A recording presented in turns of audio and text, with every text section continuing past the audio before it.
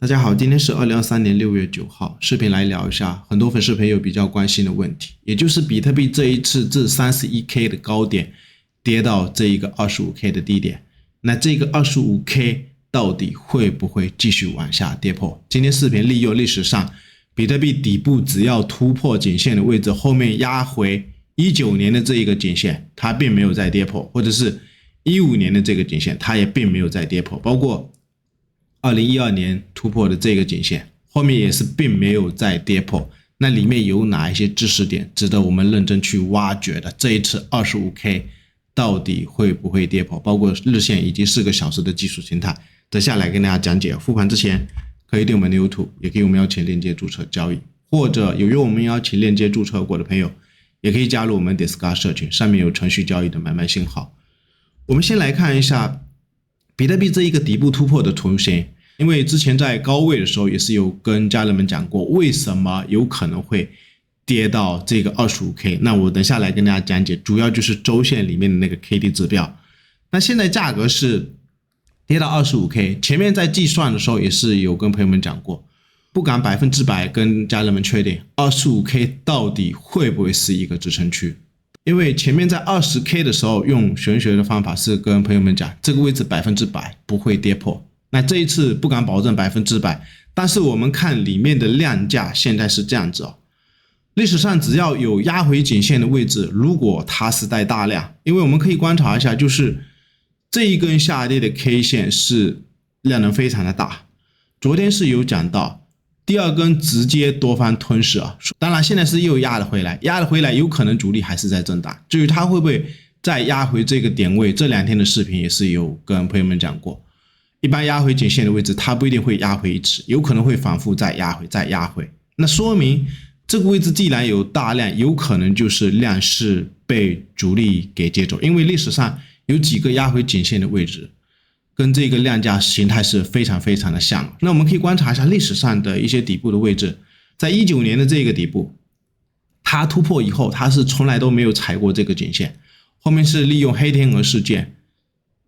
踩了2次啊。这一根是跌破踩，单根下影线就收上来，我们可以拉进来观察，这边是收下影线，后面是再踩了2只脚，就是昨天有跟大家讲过的，有一些 VG 的位置它有可能会反复的2只脚，因为疫情的时候就是2只脚，包括 FTX 交易所的时候，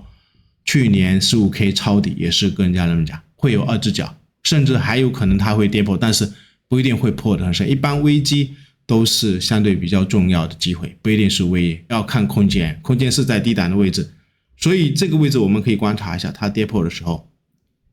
下方的量呢，就是散户在这种位置杀，然后主力是在这种重要的支撑位，在这种位置接盘。而且我们可以观察一下还有一些位置啊，比如说历史上2015年它底部突破以后重新压回这个颈线的位置，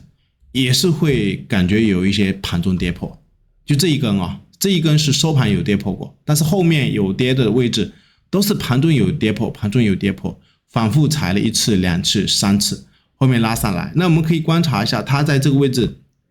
压回颈线的位置，就是这2根 K 线是不是非常的像1根、2根，量是非常的大，但是第2根这一根它是最高点是有把前面的这一根 K 线下跌的最高点全部给吞掉，但是它收盘是收了一个插入线，不过盘中的波动可以很明显的观察，就是这一根大量杀出去的筹码被主力利用少量的资金给它给吞掉。所以我个人观点，像这种位置我们尽量观察，前面几天 SEC 出利空的那个位置，应该就是有人在类似这一根杀盘，杀完以后后面就是来了一根多方吞噬，但是它后面还会踩2只脚，甚至3只脚、4只脚，其实就是在箱体区间，然后突破的位置有可能就是在这种大量放出来的位置，这是2015年的。然后我们来看一下2020年的一个位置，因为这几天也是一直在讲比特币在历史上2020年的一个位置，这边也是有一个颈线，我们可以观察一下它是不是头肩底，这是一个头，这是一个右肩嘛，前面是一个很重要的一个左肩，这就是一个头肩底，颈线突破压回的位置，这边是不是带大量？下方是不是带大量，所以跟这一次 SEC 放利空的一个位置，我感觉是有很多相似之处。然后我们再观察一下，比如说更早之前2012年的一个底部突破以后，它压回的这个颈线位置，就是2012年重新压回这个颈线的位置，我们可以观察一下，也是有很大的一个恐慌杀盘的一个量能杀在这个片区，后面它也是会有2次或者是3次的低点，反正这几个位置都是反复的在测试这个颈线的支撑，但是有些点位也不一定会再回到这个颈线位置。后面来了一根放量，放量以后量也不是很大，就是用少量的量呢把这个大量的杀盘给盖住，有可能就是主力高度控盘，基本上筹码全部都是集中在主力手上。后面它有继续大涨吗？没有哦，它也是在这个区间横向横盘了接近多少天，我们可以观察一下，这边也是接近100天啊。所以包括昨天也是有跟朋友们聊过，现在的一个比特币有可能还是一样，就类似现在的一个日线，我个人观点，从这一根 K 线开始计算，时间可能还是不够。然后短线的日线形态我们要怎么来观察？首先看一下就是 KD 指标，它这一根多方吞噬一般有背离，指标有背离的位置，就是价格在跌，指标有背离的位置都有可能会是一个转折，不是一个转折也有可能它不一定会再延续下跌，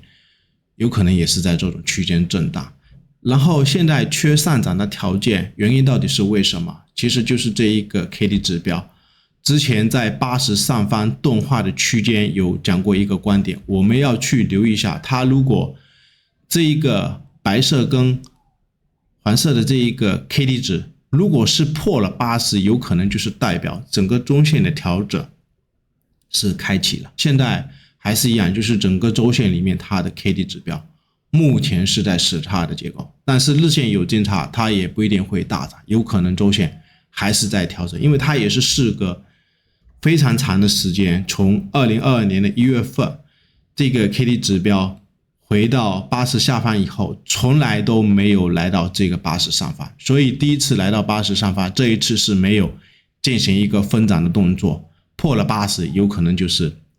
很重要的，在周线里面要破80就是很重要的一个调整的位置，有可能就是中线调整，就类似日线当时在这个位置有跟朋友们聊过，日线当时也是事隔半年多，它这一个 KD 指标来到80上方，就是一波非常强势的大涨。如果它破了这个80，有可能就是中线调整开始，就是这个位置破了80，后面再过高，它指标也是在背离，所以 KD 指标在背离的位置一般都是会有重要的转折，就类似这一次，它就是价格在跌，但是指标是在上升的一个结构。至于短线要操作，就要看一下日线的这个布林线，日线布林线是没有趋势，所以为什么也是最近行情非常难搞的一个原因，还是一样，尽量只能低吸哦。因为我上一次这个位置低吸的一些仓位，到现在比特币或者以太坊目前都还没有平仓，或者我们可以看一下4个小时，4个小时其实也是一样，短线感觉现在是有一点趋势，但是前面的一些位置它也是一样，就是不断的一会儿有趋势，一会儿又跌破这个中轨，然后上轨的位置有可能就是一些压力位。如果是短线的朋友，我的观点是最近尽量就观察上轨的位置，有可能是一些空点的位置，短线上啊，或者是下轨的位置有可能就是一些支撑位。昨天是有聊到，我们看裸 K 量价的形态，就是这一次压回的位置，它这2根 K 线4个小时里面是有一个门神的结构，就这个地点它是在踩这个高点大量的一个支撑，到底这个位置会不会守，或者是也可以等下轨啊。最后还是一样，可以点我们的 YouTube。